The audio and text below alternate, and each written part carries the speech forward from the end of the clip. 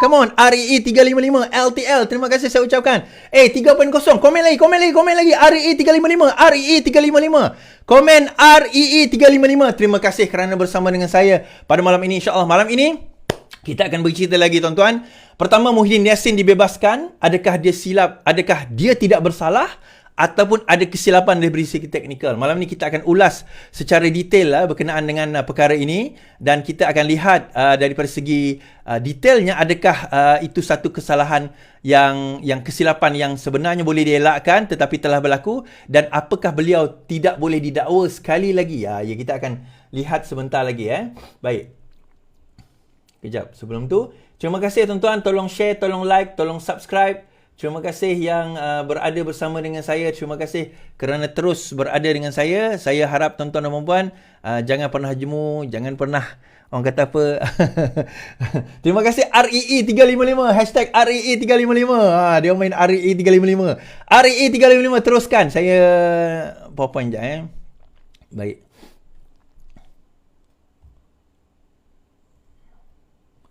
Ya, tuan-tuan, saya minta maaf. Saya kena betulkan sikit.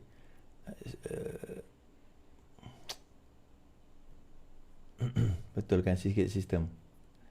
Tadi bila bising. Seronok tuan-tuan, dia komen dekat kita punya Facebook, TikTok. Dia ingatkan bila dia komen banyak macam itu kita koyak lah. Sebenarnya tuan-tuan, bila tuan-tuan komen macam tu, dia bagi engagement dekat saya tau. Kan? Jadi makin ramai orang naik, orang tengok apa gila budak ni kan. Sebenarnya dia bagi engagement kat saya. Dia orang tak tahu sebab dia orang bangang, baru main TikTok semalam, baru je buat account. Dia orang tak tahu sebenarnya benda tu bagi engagement kat kita. Kan? REE 355. Apa lagi? Kan? Teruskan REE 355. Sekejap.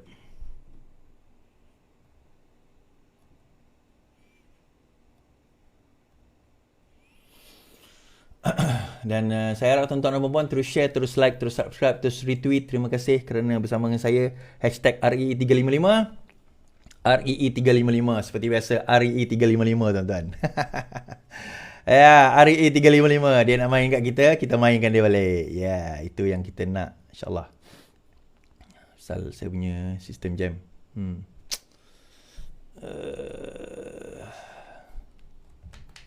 Sekejap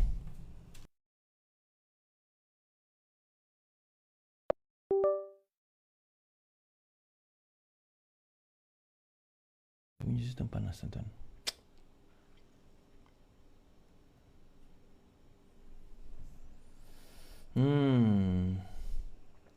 Sekejap, saya nak kena restart balik.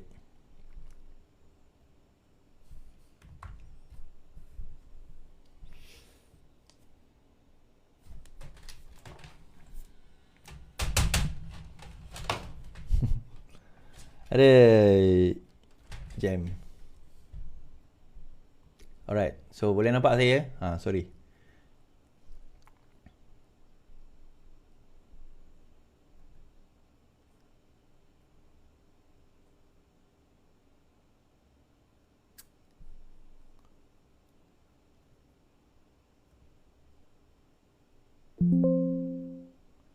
Tuan-tuan.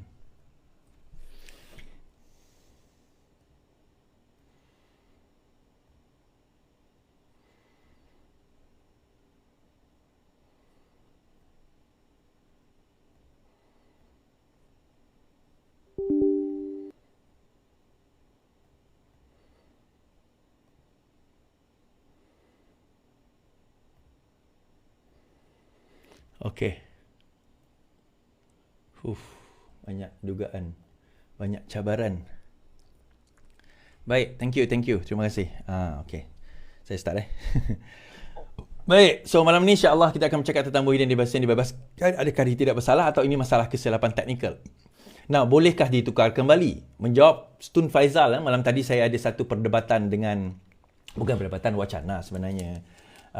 Bersama dengan Tan Sri Syed Ahmad Albal, lepas tu Datuk Tun Faizal bekas UMNO yang dipecat masuk ke dalam Perikatan Nasional, Muafakat Nasional lah. Saya tak tahu Muafakat Nasional tu masih wujud atau tidak, tapi dia berharap sedemikian lah. Dan kemudian lepas itu saya ada perdebatan, ada perbincangan, lepas tu ujung sekali ada perdebatan dan saya akan jawab beberapa isu. Dan PAS dikatakan bergolak setelah Nik Amar tidak dilantik menjadi Menteri Besar. Sebaliknya, Nasruddin Daud yang dilantik menjadi besar. Sanusi bakal menjadi Presiden PAS katanya setelah didapati Hadi Awang kurang sihat. Apa gerakan yang sedang dilakukan di dalam PAS sekarang ini setelah mereka berjaya memenangi 3 negeri, iaitu 4 negeri lah termasuk Perlis, iaitu Kedah, Kelantan dan juga Terengganu. Baik, sebelum kita pergi kepada main, saya harap tuan-tuan dan puan terus share, terus like, terus subscribe live kita pada malam ini. Terima kasih yang terus bersama dengan saya. Terima kasih kerana tidak jemu-jemu untuk mendengar apa yang kita nak utarakan. InsyaAllah malam esok kalau ada kesempatan, saya mungkin akan buat live berkenaan dengan ulasan saya berkenaan dengan Rafizi. Atau mungkin bukan malam lah, siang kot. Dan yang tertarik nak mendengar ulasan kembali tentang apa orang kata Muhyiddin Yassin tempoh hari, kenyataan Dr. Mazli terhadap Muhyiddin Yassin, dan satu laporan polis telah dibuat terhadap Muhyiddin Yassin berkenaan dengan kes Bistari Net, iaitu satu perkara yang sangat-sangat crucial sebenarnya dalam keadaan negara kita pada waktu itu menghadapi COVID. Ada berlaku apa orang kata sesuatu di sebalik tabir, dan kita dapati bahawa daripada segi jumlah wang dana yang didapati oleh yang ada terhadap Perikatan Nasional ni sebenarnya masih banyak. Macam saya katalah, yang kita ketahui 300 juta masuk akaun, yang kita tak tahu lagi banyak. Jadi itu antara perkara-perkara insya-Allah yang kita akan utarakan pada malam ini. Nah, sebelum itu kita nak bawakan ada satu kenyataan daripada sebuah NGO sebenarnya, tapi saya tahu ini pro pada PAS. Dakwaan lebih 200 sekolah agama di arah tutup adalah tidak benar. Kerajaan Negeri Selangor menafikan tuduhan tidak berasas segelintir pihak yang cuba memburukkan usaha pemutihan sekolah agama persendirian dalam matlamat meningkatkan kualiti dan taraf institusi pendidikan negeri itu. Pengurusi Jawatankuasa Tetap Agama Islam Ustaz Muhammad Zawawi berkata, sebaliknya kerajaan negeri mengambil langkah sejak 2019 bagi membangunkan garis panduan pemutihan sekolah institusi tahfiz persendirian negeri Selangor melibatkan 406 sekolah. Baik, cerita ni macam mana? Pada tahun 2018, kalau tuan-tuan ingat, ada sebuah tahfiz yang terbakar pada waktu itu. Ada sebuah tahfiz yang terbakar pada waktu itu, dan didapati itu adalah tahfiz yang dijalankan secara haram sebenarnya. Tahfiz itu dijalankan secara haram, dengan arti kata lain, dia tidak mematuhi, dia tidak berdaftar, dia tidak mematuhi prosedur dan SOP tertentu. Akhirnya, pada tahun 2019, Sultan Selangor membuat satu titah. Dan titah beliau adalah tutup sekolah tahfiz tak berdaftar. Menurut Sultan Selangor pada tahun 2019, 2019, Sultan Selangor, Sultan Sharafuddin Idris Shah bertitah semua sekolah swasta tahfiz yang tidak berdaftar dengan Jabatan Agama Islam ditutup serta ditamatkan perkhidmatannya. Baginda bertitah terdapat sejumlah 15% pelajar di sekitar 263 sekolah tahfiz yang berdaftar dengan JAIZ sehingga kini. Better menitahkan sekolah-sekolah tahfiz yang tidak berdaftar dengan JAIZ dan tidak mempunyai kurikulum dan sistem pendidikan akademik moden hendaklah ditutup dan ditamatkan perkhidmatannya.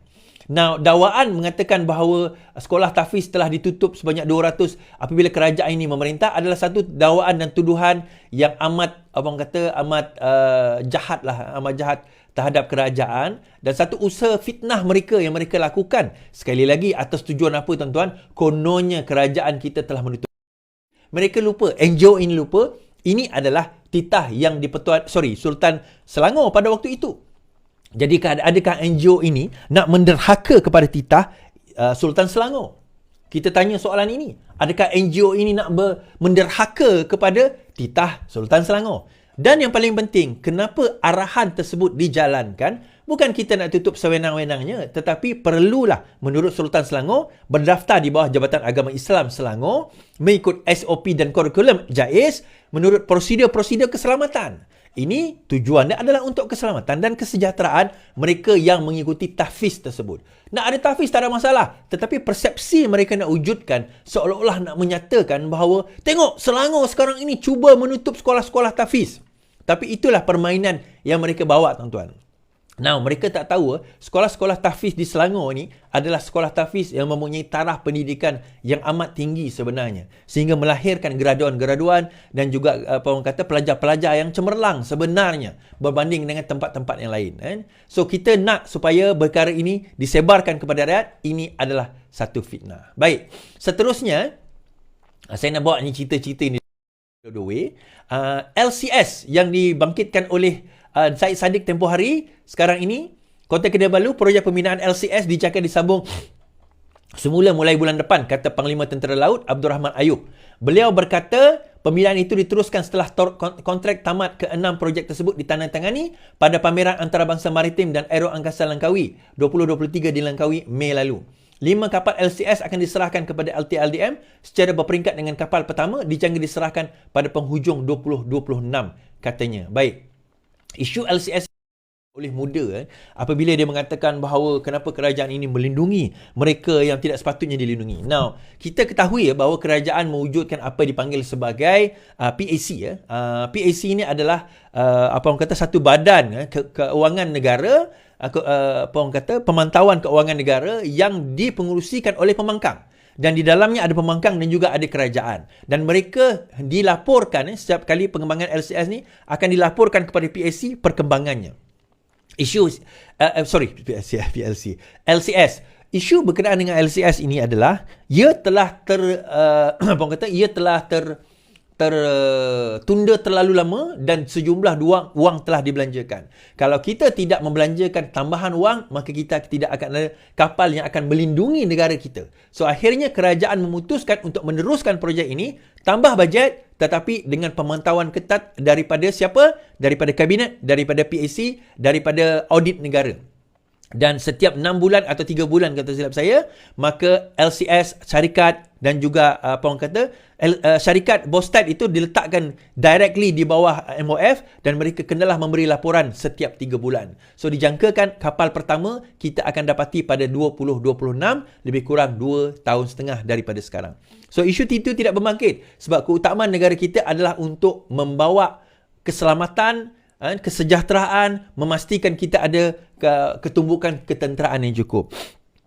Beza yang kita ada sekarang ni tuan-tuan ialah bahawa segala perkara ini diletakkan di bawah pemantauan dan diletakkan di bawah perhatian. Mikroskopik kita kata, kita letak secara mikroskopik terhadap perkara-perkara ini. Menyebabkan kita kata kerajaan lebih berhati-hati dalam apa orang kata nak mengemukakan atau nak mengeluarkan sebarang tender ataupun sebarang apa orang kata sebarang projek dan memastikan bahawa projek itu terlaksana dengan betul. Inilah tata kelola, inilah kaedah bagaimana kerajaan kita nak mengembalikan cara sebenar untuk kita mentadbir dan memastikan bahawa pentadbiran itu berada dalam situasi yang sebenar. Baik.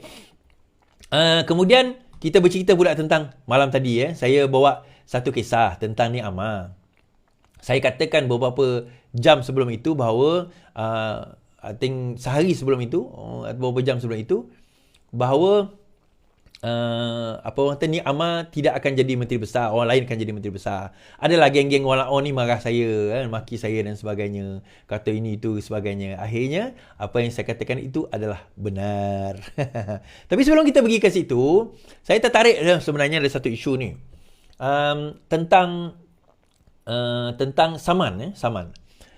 Again, satu lagi kes saman fitnah, telah dihantar satu surat saman telah dihantar kepada pemimpin PAS iaitu Syafiee Ngah, seorang bekas adun Sungai Ramal daripada Adun Bangi telah menghantar satu surat saman kepada Syafiee Ngah bagi beliau memohon maaf di atas fitnah yang telah dilakukan. Baik, kita baca. Kita baca. Baik.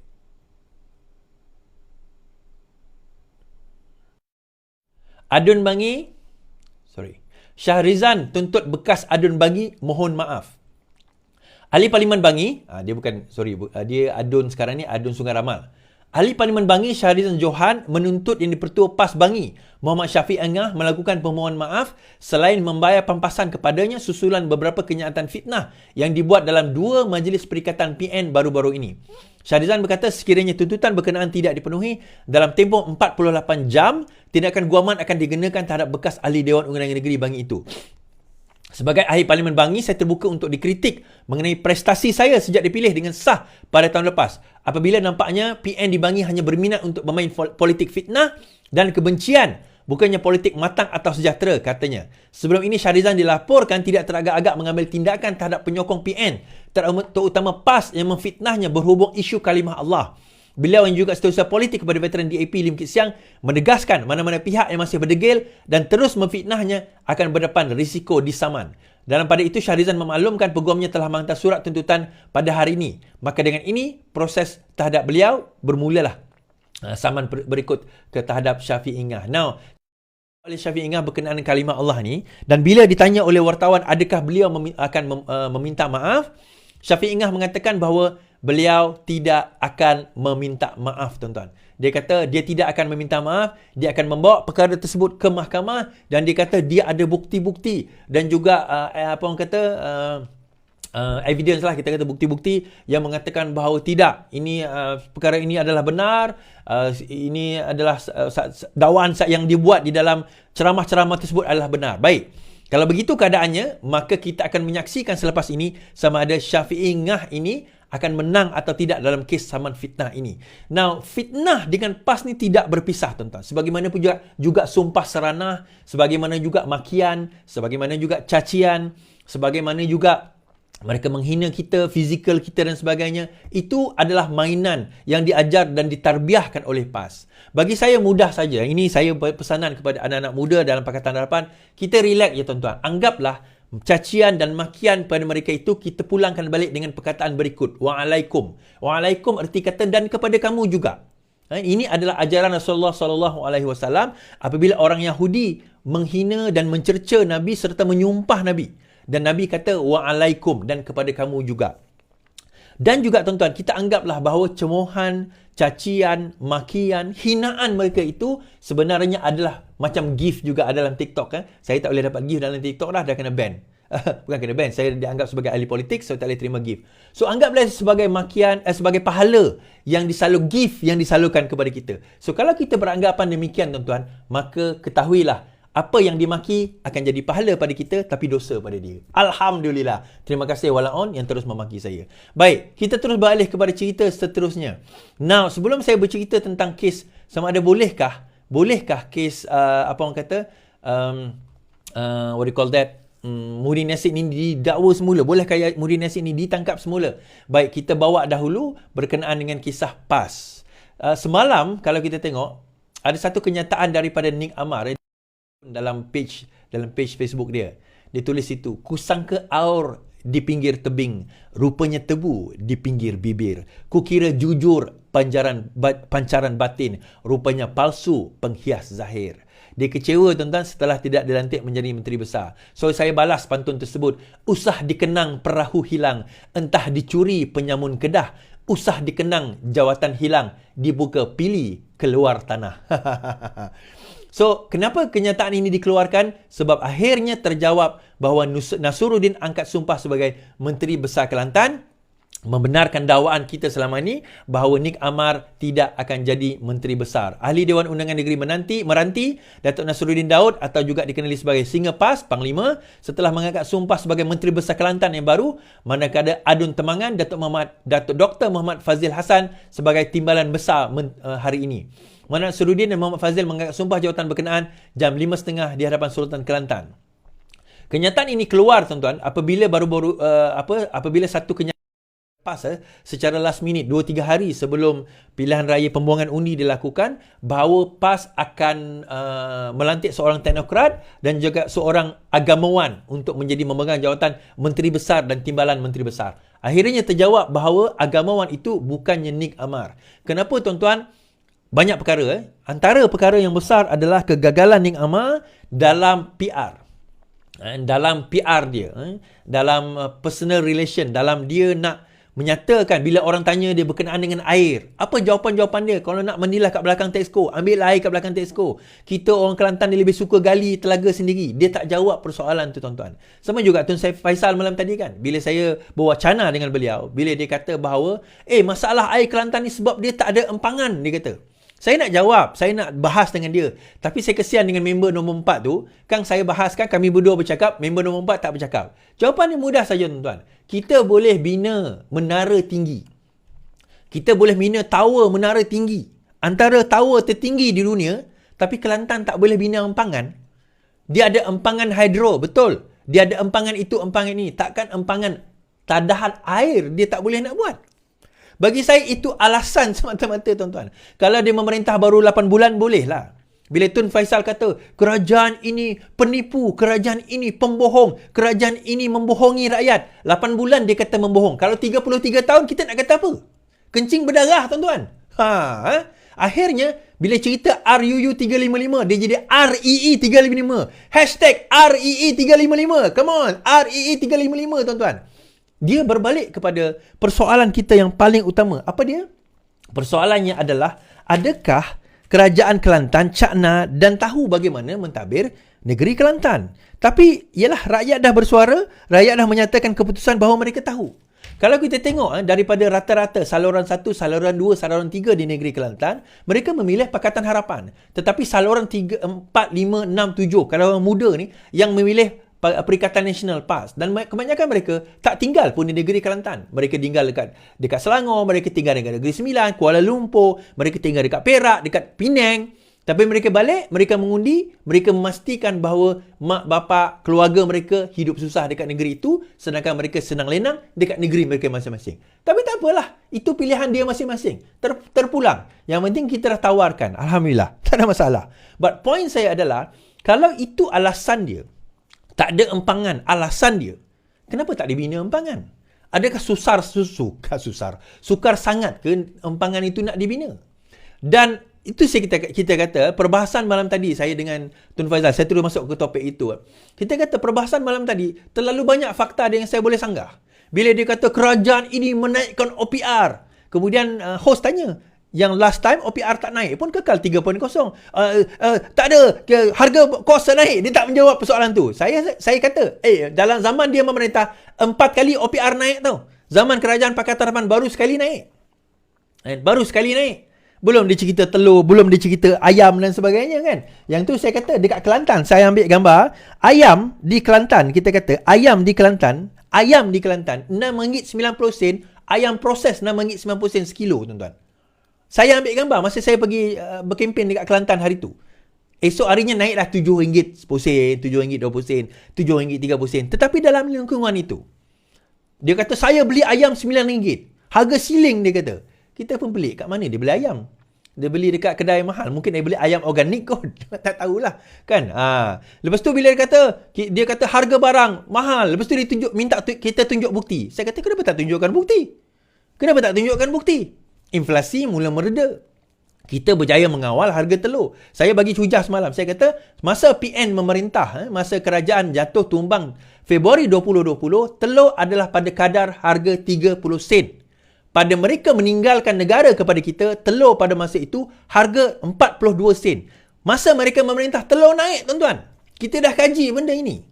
Tapi daripada 42 sen, kita berjaya kekalkan pada lingkungan 40 sen, and hopefully lepas ini, slowly kita nak turunkan kepada harga yang kita pernah pegang pada tahun 2020. Di bawah 2020, iaitu lebih kurang 30 lebih sen. Akhirnya, tuan-tuan, berbalik kepada perbahasan semalam, banyak yang benda yang nak cakapkan tu, dia kata Sanusi itu tidak hasutan, Sanusi itu tidak menghasut dan sebagainya. Dia ambil contoh kes saya lah. Saya nak jawab benda tu sebab saya ada gag order, saya tak boleh nak ulas. Tapi saya kata, apa yang tak menghasutnya Sanusi?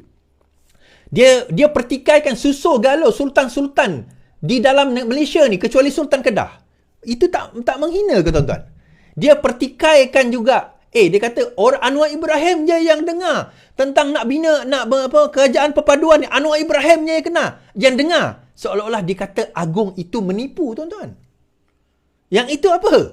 Kan? Tapi dia masih lagi nak mempertahankan. Tak apalah. Kan? Itu tuan-tuan boleh tengok sendiri di dalam Sinar Harian atau boleh dalam Facebook saya. Saya dah ulas perkara tersebut. Dan itulah benda itu tuan-tuan boleh tengok dan lihat sendirilah. Baik.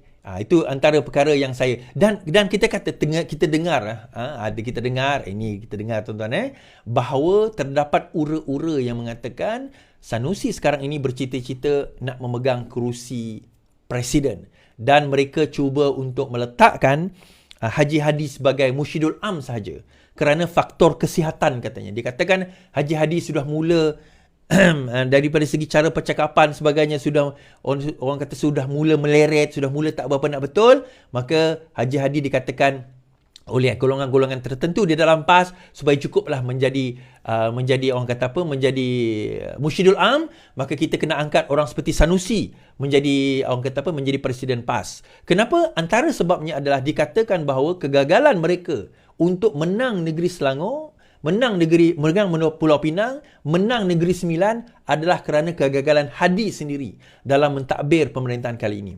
Now, bila mereka menang Kelantan, Terengganu, Kedah, incumbent tuan-tuan, itu negeri yang mereka dah menang, dah mereka kuasai sebelum ini. Of course, belanjawan, bajet sebagainya dia ada.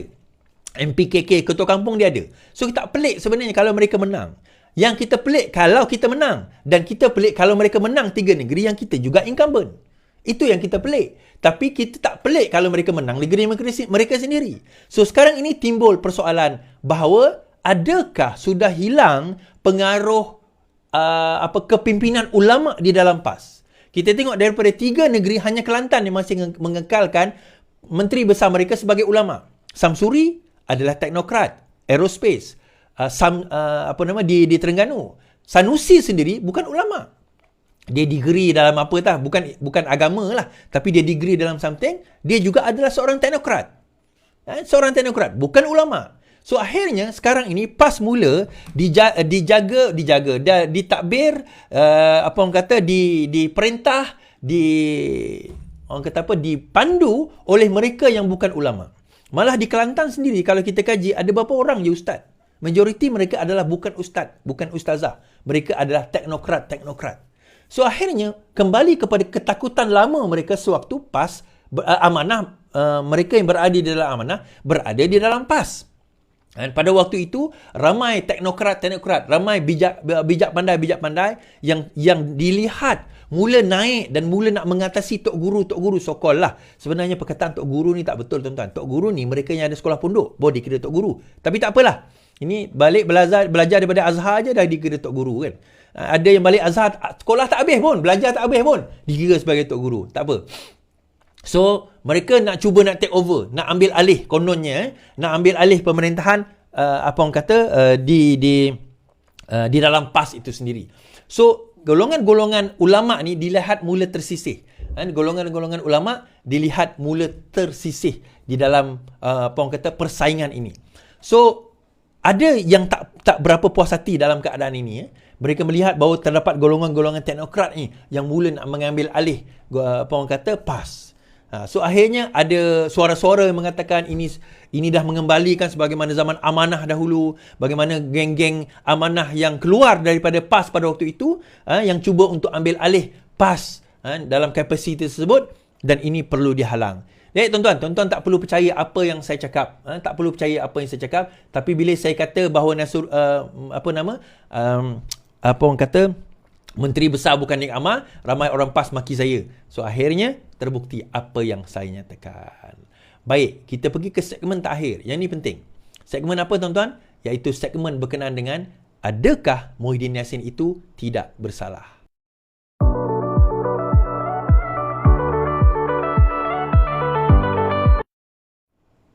Baik, kita pergi ke segmen ini dan segmen ini tuan-tuan boleh ambil. Dan ulasan yang saya boleh bawa nanti, insyaAllah benda ni boleh diutarakan, boleh digunakan. Dan saya akan melihat daripada aspek undang-undang, benda ni agak teknikal sedikit. Harap bersabar tuan-tuan, terutama dengan TikTok yang mungkin tak nampak, dan juga dekat Twitter yang tak nampak apa yang saya presentkan di dalam PowerPoint. Tapi tuan-tuan boleh pergi ke YouTube atau Facebook saya selepas ini untuk lihat apa yang saya presentkan di dalam PowerPoint. Baik, berkenaan dengan isu Muhyiddin Yassin, sebelum kita isu Muhyiddin Yassin, kenyataan daripada siapa? Kenyataan daripada Hamzah Zainuddin. Hamzah Zainuddin menggesa supaya semak pendakwaan terpilih, tetapi AG tolak gesaan Hamzah.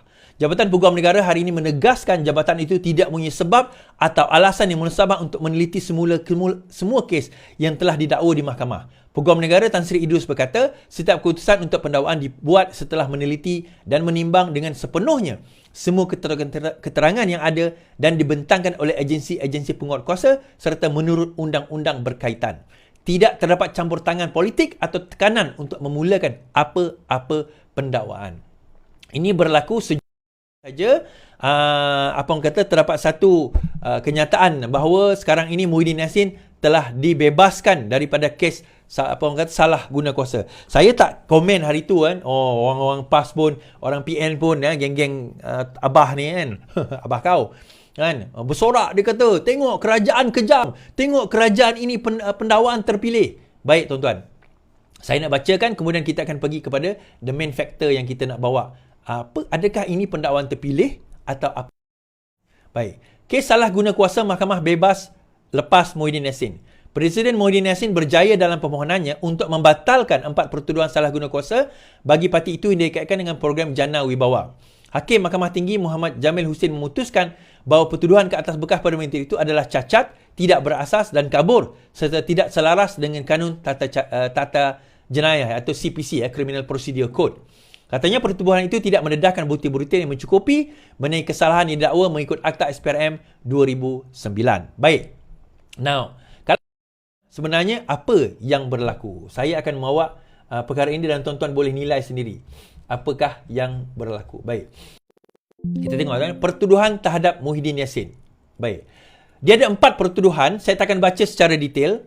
Tapi yang ni saya boleh bacakan sebagai rujukan yang pertama saja. Lepas tu kita akan skip through secara pantas. Bahawasanya kamu di antara 8 Februari sehingga 25 Februari 2021 dan 5 Februari 2021 di Pejabat Perdana Menteri Blok Utama Bangunan Perdana Putra Pusat Pentadbiran Kerajaan Persekutuan di dalam wilayah Persekutuan Putrajaya sebagai seorang pegawai awam iaitu Perdana Menteri dan Presiden Parti Bumi Bersatu telah menggunakan kedudukan kamu untuk satu suapan iaitu wang berjumlah 200 juta daripada Bukhari Equity Sdn Bhd bagi sekutu kamu iaitu Parti Pribumi Bersatu Malaysia. Oleh demikian, kamu telah melakukan satu kesalahan di bawah Seksyen 23 Akta Suruhanjaya 2009 yang boleh dihukum di bawah Seksyen 24 Sub 1 Akta yang sama.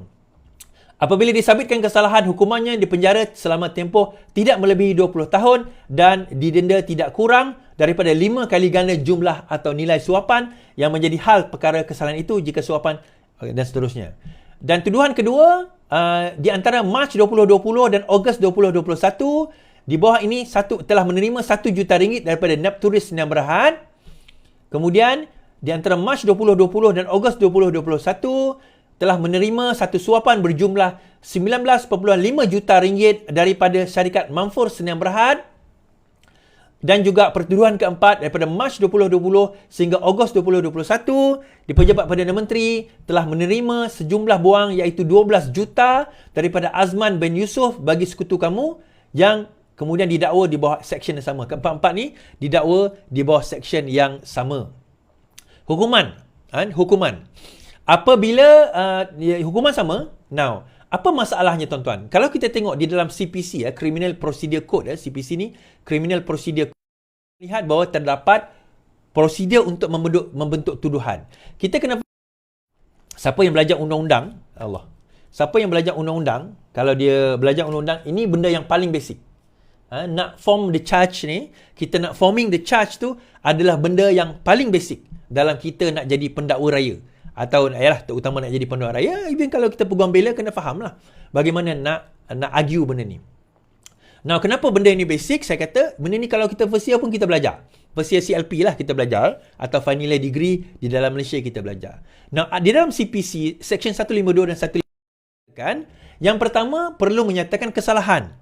Okey, ada tak kesalahan? Ada. Dia melakukan suapan. Kedua, akta dan undang-undang dan seksyen kesalahan. Ada tak? Ada. Masa bila dia lakukan? Ada. Tempat? Dia ada. Tertuduh? Iaitu Muhyiddin Yassin. Now, isu dia, in breach of trust shall not exceed more than 1 year. Apabila sesuatu itu melakukan kesalahan pecah amanah, maka tarikh di mana dia nak dituduh itu tidak boleh lebih daripada 1 tahun. Kalau lebih, maka hendaklah dipecahkan seksyen tersebut. Okey? Contohnya di dalam kes inilah, so kena pecah dalam contoh diberikan. Now, seksyen pertuduhan kesalahan menggunakan jawatan di bawah Akta SPRM dia letak di bawah seksyen 23. Kan? Dia kata mana-mana pegawai badan awam yang menggunakan jawatan atau kedudukan untuk apa-apa suapan, maka pertuduhan ini diletak di bawah seksyen 23. Tetapi bagi saya, seksyen 23 ni tak cukup. Sepatutnya pendakwaan letak satu lagi seksyen iaitu seksyen 16. Seksyen 16 adalah seksyen kesalahan menerima suapan. Mana-mana orang selain atau melalui atau bersama dengan mana-mana orang lain secara rasuah meminta atau menerima atau bersetuju untuk menerima bagi dirinya atau bagi mana-mana orang atau secara rasuah memberikan, menjanjikan atau menawarkan kepada orang mana-mana yang sama bagi faedah orang itu atau bagi faedah orang lain, maka dikira telah melakukan satu kesalahan rasuah. Maksudnya sama ada dia bagi dirinya sendiri ataupun menerima bagi orang lain.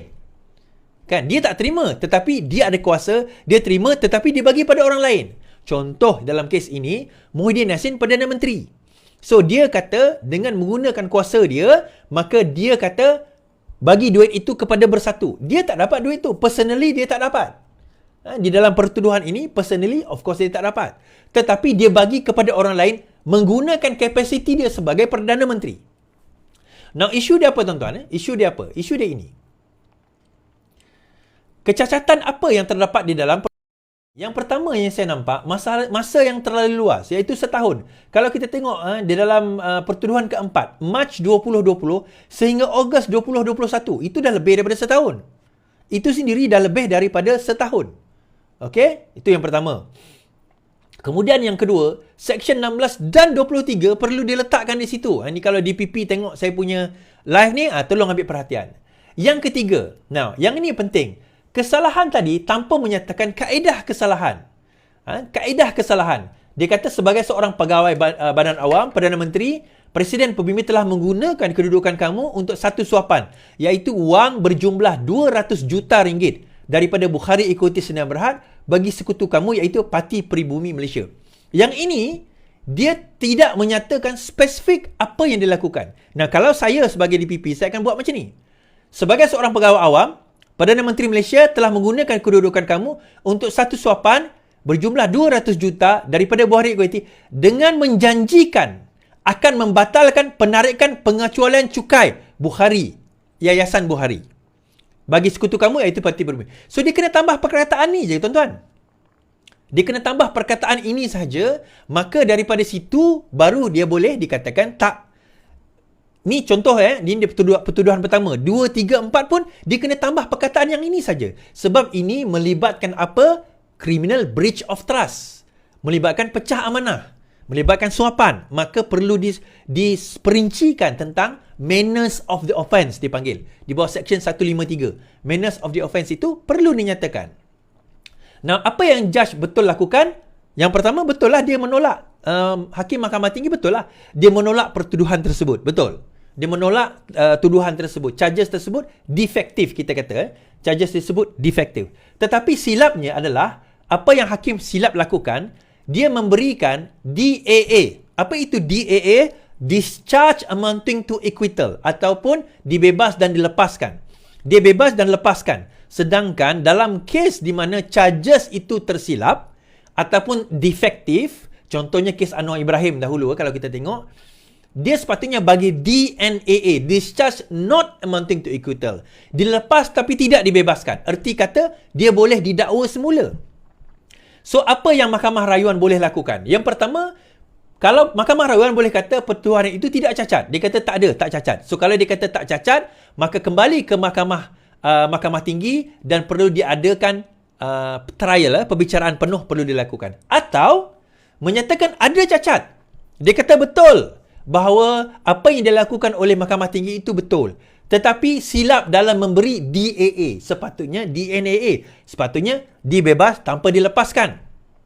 So, kalau itu DNAA, dibebas tanpa dilepaskan, maka boleh dikembalikan kepada Peguam Negara untuk meminda pertuduhan berdasarkan kepada perkara 145 pasal 3, di mana Peguam Negara mempunyai kuasa yang amat luas, sama ada untuk orang kata apa, menurut budi bicaranya, memulakan, menjalankan, memberhentikan apa-apa prosiding bagi satu kesalahan selain prosiding di Mahkamah Syariah, Mahkamah Anak Negeri atau Mahkamah Tentera.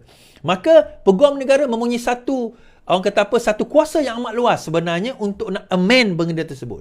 Dan setelah di-amend, kembali ke Mahkamah Tinggi untuk memulakan kembali prosiding pertuduhan. Itu sebenarnya boleh dilakukan hari ini.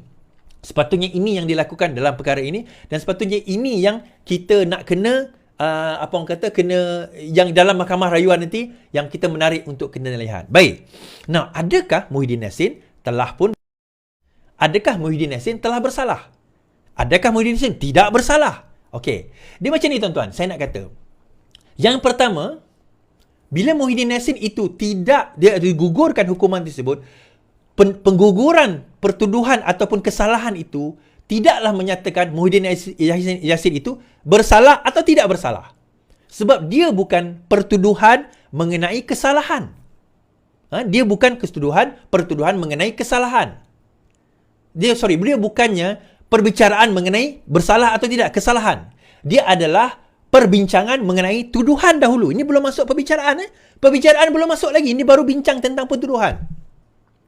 Okey? So, akhirnya, bila membincangkan tentang pertuduhan, mahkamah kata, oh, rupanya ada defektif. Benda ni paling crucial. Paling crucial. So, dia kata bagi bebaskan. Bagi Mahkamah Rayuan ada dua pilihan. Pertama, dia kata, tak, benda ni tak defektif, boleh didakwa. Atau kalau dia kata defektif, dia kena lihat satu lagi. Dalam normal practice, kalau defektif, dia tak bagi DAA, dia bagi DNAA. So, Mahkamah Rayuan boleh kata, dia defektif tetapi bukan DNA, dia DAA. So, ini rayuan yang kena dikemukakan. So, boleh tak lepas ini, didakwa kembali Muhyiddin Yassin? Jawapannya boleh. Kalau Mahkamah Rayuan mengatakan, dia adalah DNAA. Dia defektif, cacat, pertuduhan itu cacat, tetapi kita membebas tanpa melepaskan. Erti kata, kembali kepada AG, reform balik charges tersebut, bentuk balik charges tersebut, dakwa balik semula. Adakah ini satu kekejaman? Tidak. Ini keadilan. Dan ini adalah prosedur. Disebut dalam CPC, Criminal Procedure Code. Dan juga di dalam perlembagaan. Perkara 145, Fasal 3, memberikan kuasa yang besar kepada Peguam Negara untuk mendakwa semula.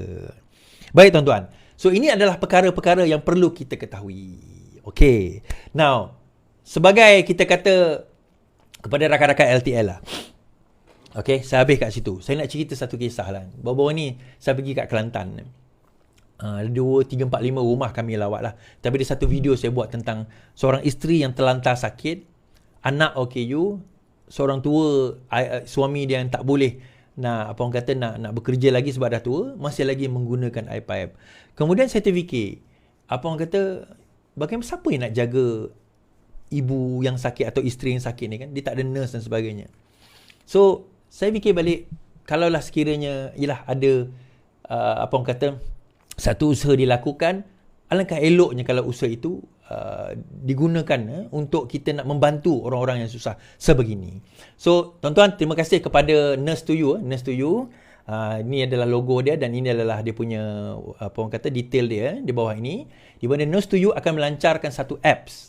Ni kata tolong kawan-kawan. Ni tolong kawan-kawan. Dan Nurse to You telah bermurah hati untuk menyatakan bahawa 5,000 downloader dan juga yang beli yang pertama untuk Nurse to You ini dan menggunakan hashtag LTL, maka akan dapat diskaun sehingga 80%.